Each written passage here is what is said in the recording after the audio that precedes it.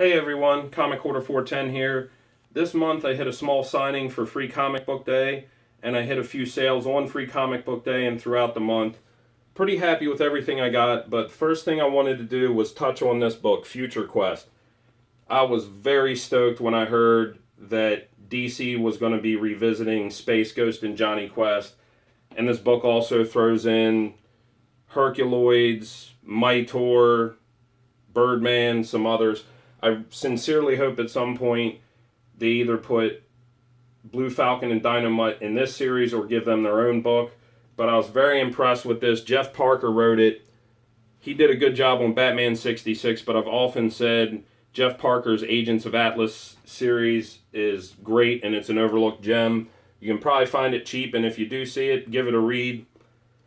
Doc Shaner did some interior art, and I was so happy to see that they involved Steve Rude in this project. I'm a big fan of Steve Rude. He's a very nice guy. I've met him twice. And he is, without a doubt, the biggest fan of the Hanna-Barbera superheroes in the comic book industry. Not only did he do fantastic work on Johnny Quest and Space Ghost for Comico in the 80s, but he's constantly drawing these characters and doing studies of Alex Toth's work.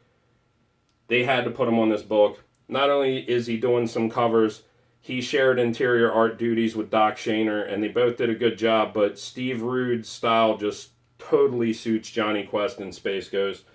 Very impressed with this book. I got every cover for cover price except for the blank variant, which should be coming to me soon. This is the regular cover by Doc Shaner. It's a wraparound. This is Joe Quinones' cover to Future Quest #1.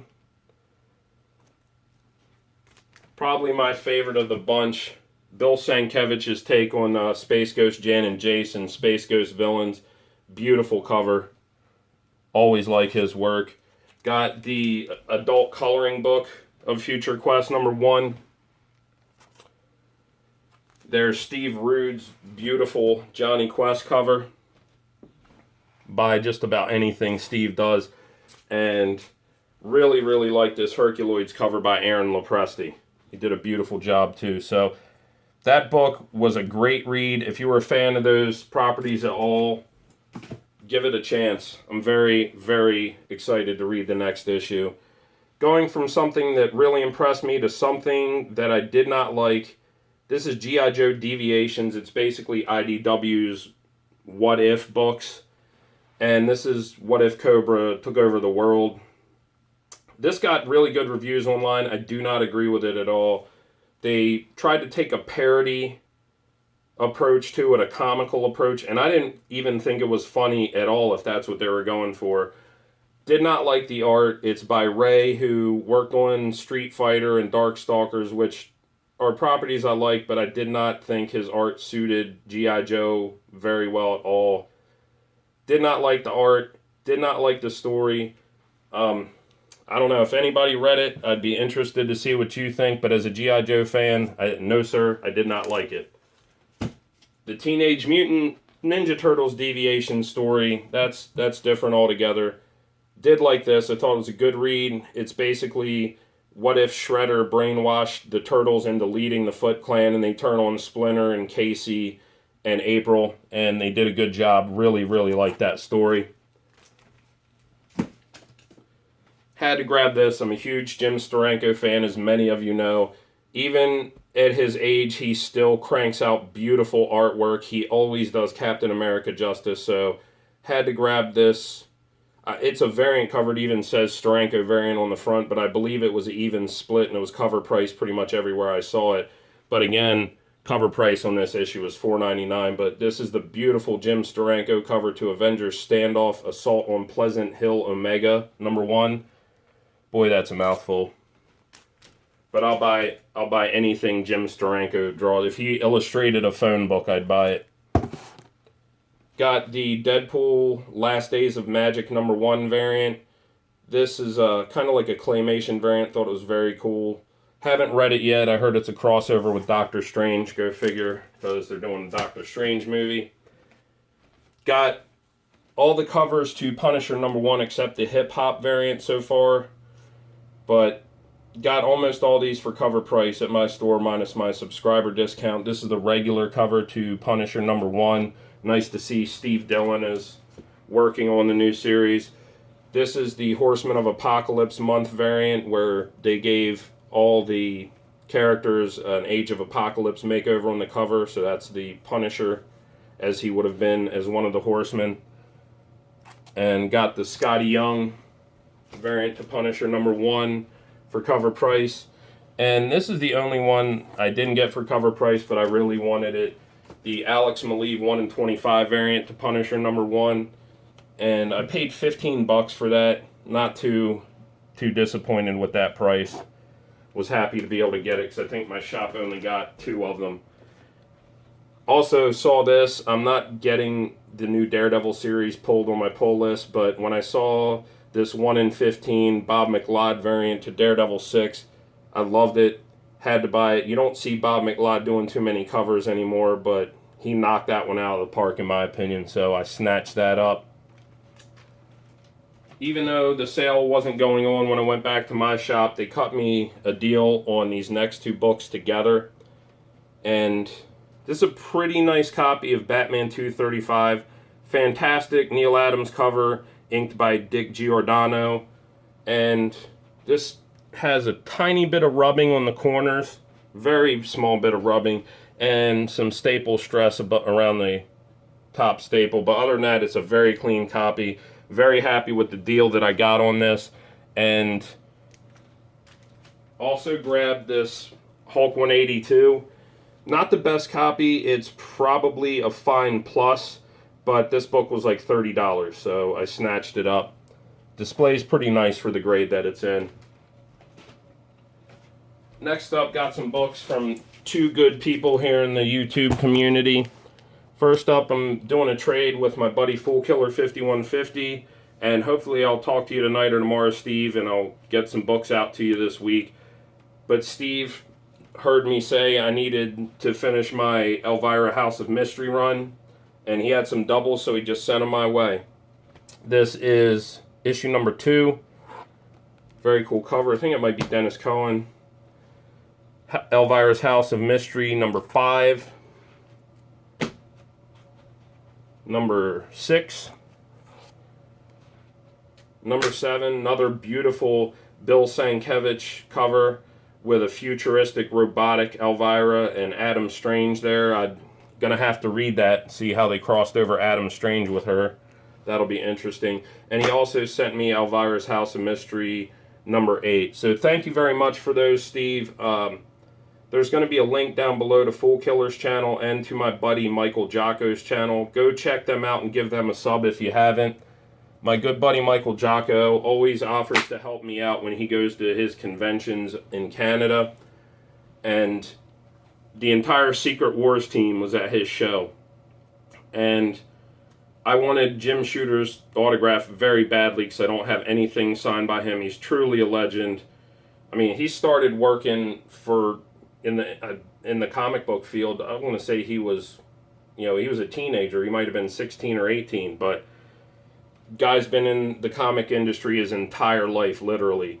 And I sent my Secret Wars #10 to Michael, and not only did he get this gorgeous Mike Zeck cover of Battle Damage Doctor Doom fighting the Beyonder, signed by Jim Shooter, he got it signed by John Beatty and Mike Zeck himself. So that is awesome, and I really, really appreciate that, Michael. You went above and beyond, and that looks beautiful. So thank you, my friend. And he didn't have to, but he sent me some books for free. It's funny because I saw recently they mentioned that this Spider-Man Deadpool 3 variant by Rob Liefeld was a MegaCon exclusive this week. And actually, no, it was a couple months ago. It was an exclusive at the Toronto Fan Fest. So Michael was nice enough to pay out of pocket and get this variant for me because he knows I'm a big Deadpool fan, and I have every other issue of Spider-Man Deadpool, so thank you very much for that. Spider-Man Deadpool is a good read. You should check it out if you haven't.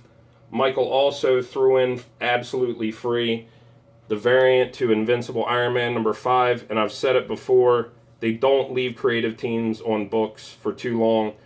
they let Matt Fraction and Salvador LaRocca really craft an awesome run on this series. They're on it for years, and it's a must-read. If you haven't checked out their run on Invincible Iron Man, do yourself a favor. Michael also picked me up a copy of House of Mystery 278, which I did not have, and cover by the legendary Joe Orlando, who I'm a big fan of as well.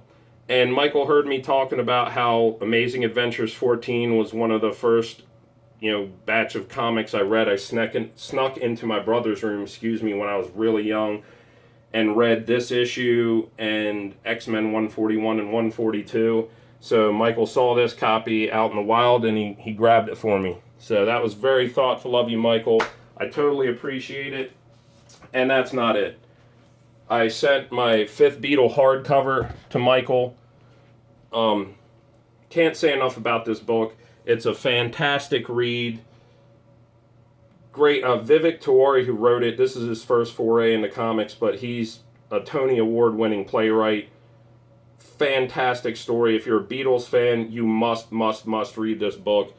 And there's all these rumors flying around since the Sundance Festival that it's going to be made into a movie, but what comic book doesn't have those rumors around them now? But definitely want to pick that up and give it a read if you're even a casual Beatles fan. But Michael took this and got it signed by artist Andrew Robinson for me, and that is very cool. Vivek Tiwari's doing my show, so I hope to get him to sign that in September. That was very cool. Again, there will be links below to Michael Jocko and Foolkiller's channel. Please go give him a sub. On Free Comic Book Day, local shop had Matt Slay signing books and also had Steve Conley there. I got Six Gun Gorilla number 6 signed by Matt Slay. He's a hell of a nice guy. We had a long talk about, not just comic book movies, but we were talking about Akira Kurosawa and that movie Fury that had Brad Pitt and John Bernthal in it. All kinds of stuff. So he's a great guy, really nice guy.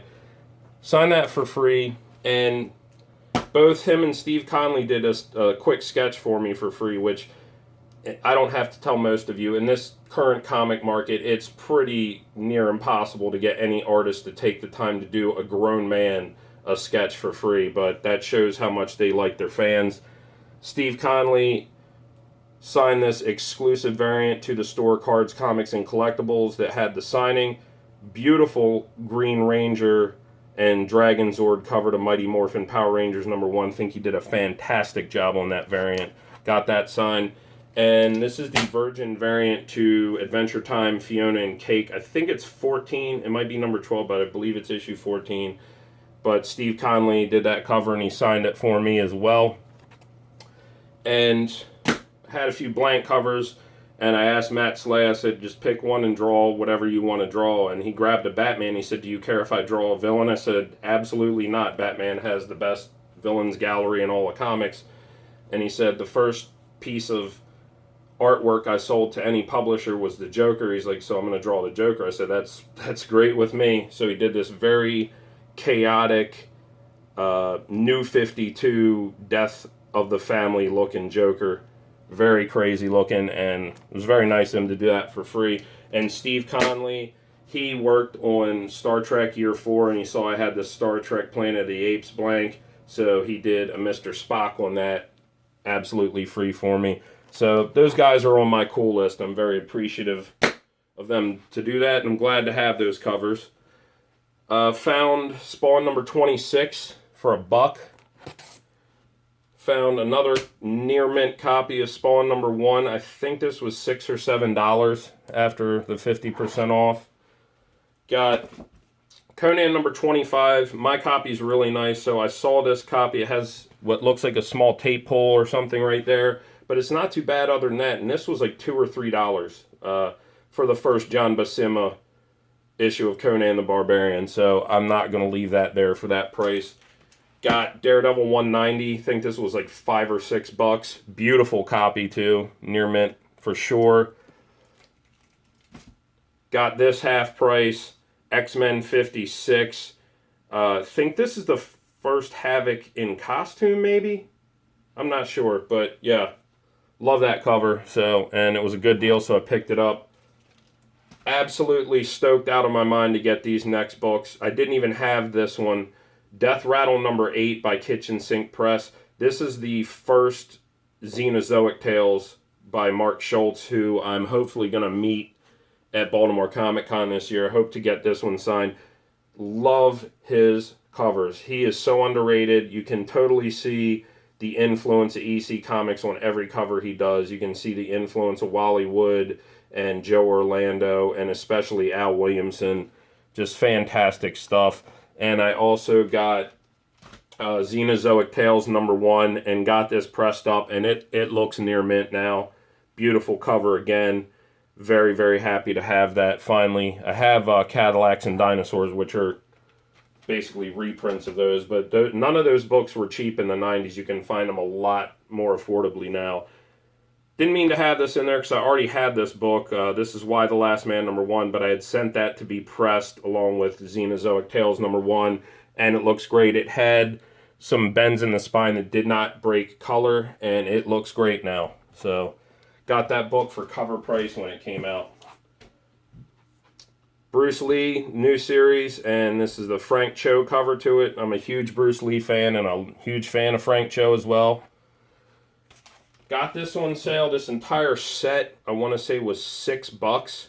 And I already have Spider-Man Reign, but I got them signed by Carrie Andrews, so I got these as reader copies. This is a great, great read, in my opinion. It's kind of like Old Man Spidey or like a Dark Knight type take on Spider-Man's future. Very good, but there's number 1. It's written and illustrated by Carrie Andrews. And there's number 2, number 3, and Spider-Man Reign number 4. Love that cover. So, got reader copies of that now. Sorry this is running so long. I picked up a bit of books at those sales. Got a nice copy of Miracle Man number 3, Howard Chaykin cover. Just one of Alan Moore's greatest works. He has so many, but this is truly a legendary series. And I got Miracle Man number 4. I believe this is an Alan Davis cover, but those were dirt cheap. I think they were $4 and $5 each. So can't argue with that. Again, already have Batman 10 Nights of the Beast, but I got them signed by Jim Starlin, and Mike Zeck signed my part 1. So I bought this set as readers, and I believe the set was $8 because one of them had a little bit of damage, but there's 417 part 1, 418, beautiful Mike Zeck cover, 419, all these are Mike Zeck. This is the one that has a little bit of spine roll and some spine ticks, and then Batman 420. Saw this set of Descender, and this set was $10 after discount. Got Descender number 1. Already have the Jeff Lemire variant thanks to my buddy Michael Jocko's generosity. And there's Descender number 2. Number 3. Number 5 must be out of order. Yeah, there's number 4. And number 6. So, heard good things about this. I like Jeff Lemire's writing, and I can't wait to give that a read. Got a good deal on this, and that's why I bought it. I believe this was $6 or $7. And as you know, I love the Hildebrandt brothers, so this Greg Hildebrandt variant to Old Man Logan 5 was sitting there on sale, so I grabbed it. Already have a first printing of Lone Wolf and Cub number 1. But this was marked at $12 and it was half price, so I got it for $6. And this is a near mint copy, so was not going to leave that there.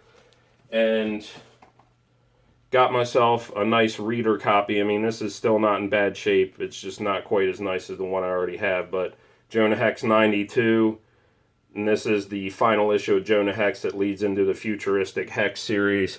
But this is beautiful covers by Dennis Cohen and Klaus Janson, sorry. And last but not least, I went a little crazy on Amazing Spider-Man at the sale. Most of these were $3 and $5. There was a few that were 10, and I think 2 of them ended up being $12.50, but they were all half price. Got Amazing Spider-Man 94, Amazing Spider-Man number 99, 103, beautiful Gil Kane cover. I like anything with Kazar the Savage in it. And 104 with Kazar and Kraven and Spidey, just a match made in heaven. This one's a little beat up, but I think it was like $3. Amazing Spider-Man 106, 107, 110, 111. Kraven is back with the Gibbon. Not as exciting a crossover as Kazar and Kraven, but oh well. Amazing Spider-Man 118. Did a lot of work on my early Amazing Spider-Mans I was missing. 123 with Luke Cage. Another great Gil Kane cover. He did some great work on Spider-Man. He had to follow Ditko and Romita, so no easy task there, but he did a great job. Amazing Spider-Man 126 versus the Kangaroo, and what a suckball character. 132. 133. Nice bright copy of Amazing Spider-Man 139. 140. 141. Great cover there too. 142. 143. 146. Like I said, I knocked out a lot of the early Amazing Spider-Mans that I needed. You know, anything under, 50 and under, those issues are all pricey, even if you're getting lower grade copies. But getting closer to completing it. 147 with the Tarantula. 148 with the Jackal, and this leads into the much maligned Clone Saga. I already have 149 with the Clone. Amazing Spider-Man 150. 161 with Nightcrawler and Punisher, even though he's not on the cover. 175, decent copy. I think this is one of the ones that was $12, but nice copy there. 179. 184. 211. 269, the two-parter where he fights Firelord in his black costume. 270, which this will be an upgrade for me. I already had it. And 318 and 320. Always going to grab McFarlane issues for $1 or $2 if I see him. So that does it. Sorry it ran so long, but went a little overboard on the sales this month. So, but pretty pleased with everything that I got. But thank you as always for your time. I always appreciate you stopping by. Everyone, take care of yourselves and enjoy your comic books.